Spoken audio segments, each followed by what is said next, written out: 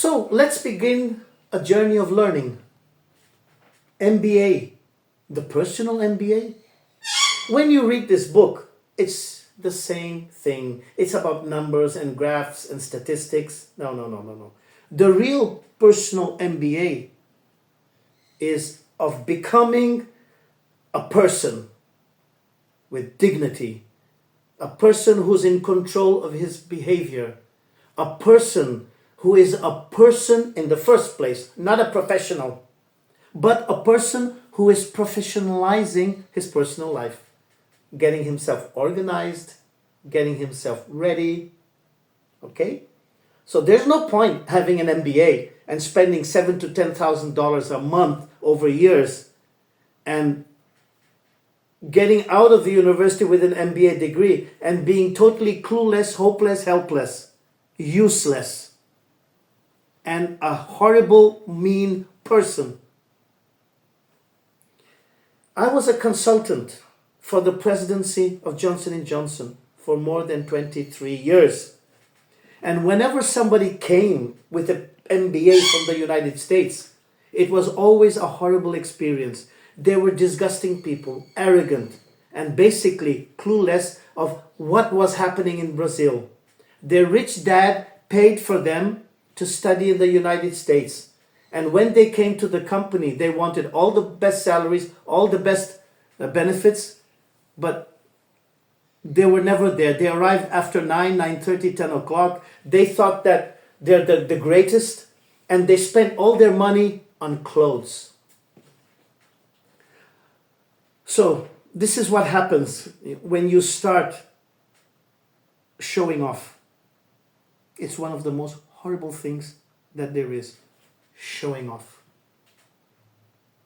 The real personal MBA that everybody should be doing is becoming the best person you can be. It's what makes you special. Your upbringing. Your upbringing.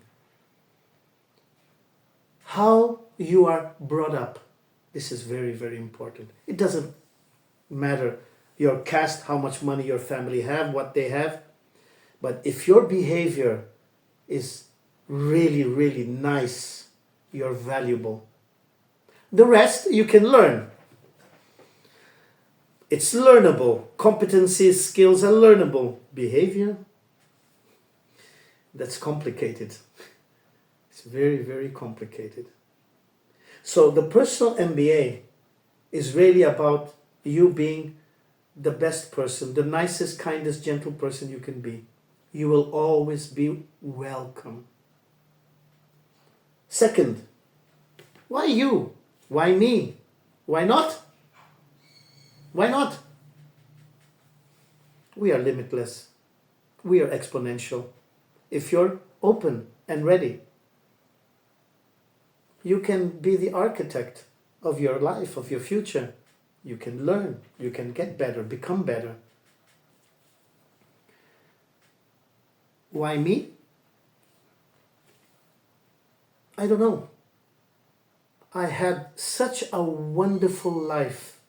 I'm grateful. For the rest of eternity, I will do whatever I can to help, because I was groomed, hugged and kissed and cared for and treated like a prince. And it breaks my heart when I see how in other countries and cultures, especially in the West, where people are bullied and where the families are so busy showing off and working and spending their money that they don't groom their children. They don't share love and time with their children. It's really sad. So I'm here, and my whole idea was of being the family that people all around the world would love to have. Someone watching over you. Someone talking to you. Someone with conversational intelligence, having deep, sincere conversations so that you can wake up and discover, what am I doing with my life? What have I been doing with my life? Sports betting, watching some team who doesn't even know that I exist, voting for a government that doesn't even care about me, take control of your life. Get the remote in the palm of your hand and start pressing the button. We are off to the future. And it's now. Stupidity. It's really hard talking about it. Let's say not so smart. But what I have discovered in all the 40, 55 years that I have been trying to help people and living, sharing, that 99% of people have committed stupidities so many times that whatever their grandparents have saved, they've lost. Whatever they saved over 10 years, they lost over the next 2 years. It takes 10 years to make something. It takes 2 years to throw it all away. Why do people behave stupidly? Is it because they're stupid? Or is it because they're innocent and they believe in what people are saying to them? Isn't that a sign of stupidity? You believe in anything, in everything, without questioning? There is a concept I want everyone to take away now. It's WINIT. Win it. What's in it for me? What's in it for me? What's in it for us? Is there an us? Do I exist? Why are you telling me this? So when someone is telling you, give 10% to this and 10% to that and vote for us and do this, do that, buy our product, what's in it for you? You're going to spend time and money, your eyeball, your time, your precious time. What's in it for you? What's in it for the other side? You go to a basketball game, popcorn, soft drinks, spend your money, pay the ticket, spend hours and hours going there, watching the game, getting home. What's in it for you? Oh, I was entertained. Really? You can't even see what's going on. People have been framed, programmed, manufactured so that you can spend all your time and your money being distracted, going to Disneyland, Disney World, shopping centers, malls, Formula One, busy, but none of that is benefiting you. None of that is giving you a future. It's taking your time, your money, your energy. And then 10 years later, you think, well, I didn't really spend time on my future. I didn't work on myself. I didn't build a life for myself. So you're stuck. You're stuck. So stupidity is doing the same thing in the same way with the same results and thinking that the future is going to happen for you. It's not going to happen. And especially now with all the wars, climate problems, hurricanes, storms, all kinds of racism, all kinds of conflict. The future is a cake that is becoming smaller and smaller, and it's becoming a sandwich. The pizza has become a little sandwich. Unless you take care of yourself, unless you create your own future, it's going to be very, very difficult for you to get a job.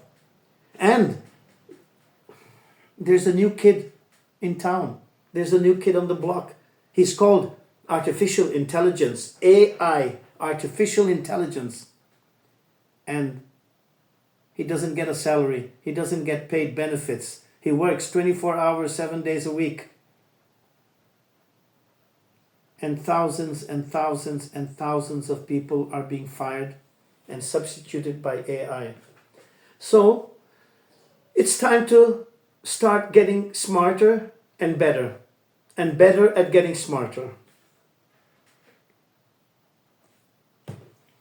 The intelligence trap. What is this about? Ha ha! You think that you have a degree. I studied at university. Wow, I'm smart. This is the intelligence trap. Oh, I got a scholarship. Everything is easy for me from now on. The intelligence trap. Oh, I got a promotion. That's it. Okay? It's done. The intelligence trap is the best thing that happened to you, can be the worst thing, because you start thinking it's easy. You got the game won. You got a promotion. You got a university degree. In 3 years, the degree is worthless. The shelf life of a university degree is 3 years.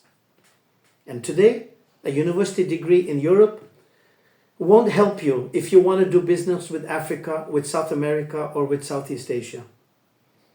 You have to be a different kind of person. You have to be willing to take the plane, go to Africa, see what they need, talk to African people, sell at a price they can pay, which is why the Chinese are being successful. The Chinese are building bridges, building factories, building ports for the Africans at a price they can pay so that they can buy cheap Chinese products. The intelligence trap is very, very dangerous. You think you're smart. If you think you're smart, you're being stupid, because you're not really so smart. The top scientists in universities base their theories on 0.1% or less of data, of facts.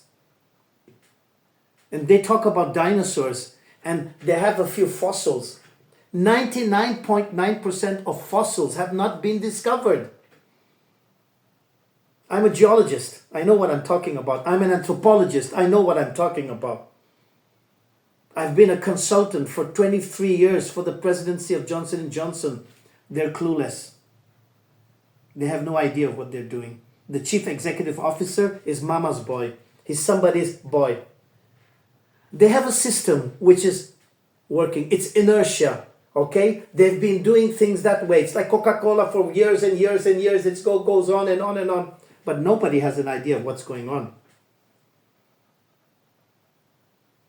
They think they're smart because I have a job at Johnson & Johnson, because I speak English. So what? What else do you have to offer? What is your contribution? Have you even thought about it?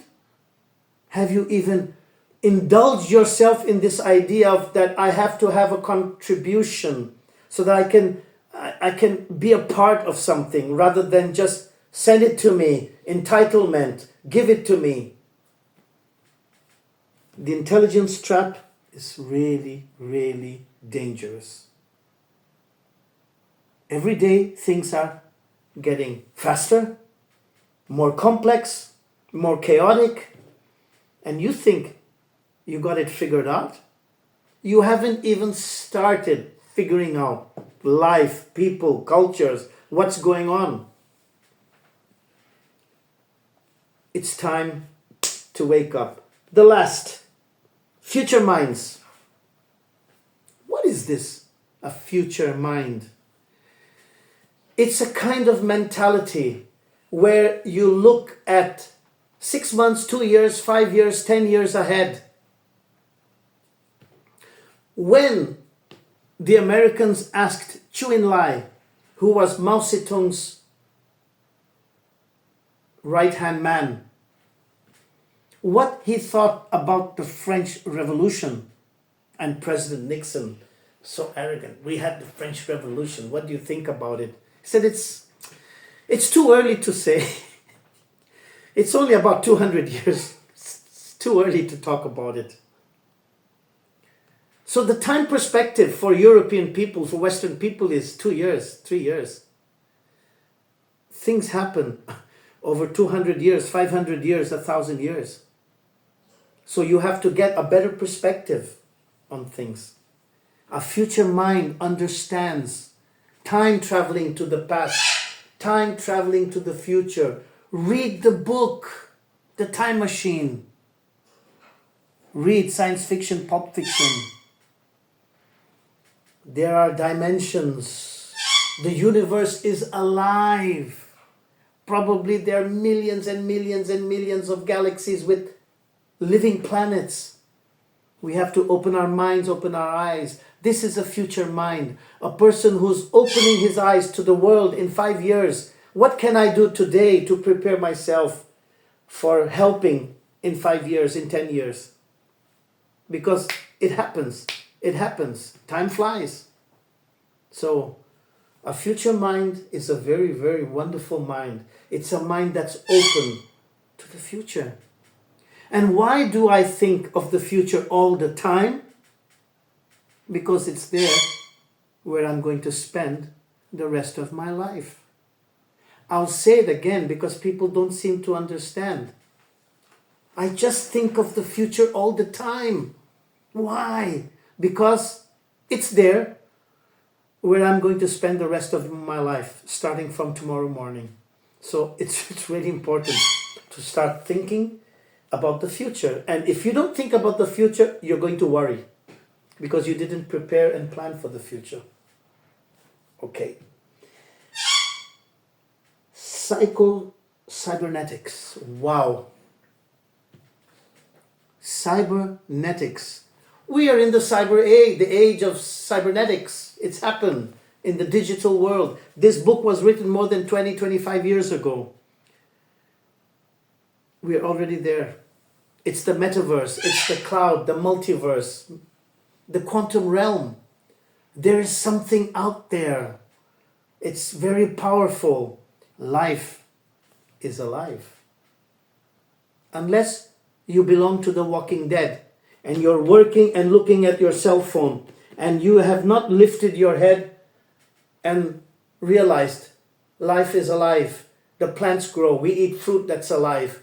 The seeds and the fruit, vegetables, keep us alive. Life is alive. It's sacred. So you have to bring life into your existence. So in this new world of the quantum realm, of quantum mechanics, everything is connected. Everything is interconnected. Your negativity affects everything. Your frozenness affects everything. But at the same time, your openness, your readiness, your willingness creates magic, limitlessness. And if you're full of life, you become unbreakable because life is unbreakable. Life is the greatest asset, the greatest treasure that we have. There's no intelligence without life. Life is intelligence. The plants go in the direction of the sun. They grow, grow, grow, grow. You put the plants in a dark room. There's no light, there's no sun, there's no universe. They die. Life is alive. It's intelligent. Thank you for watching.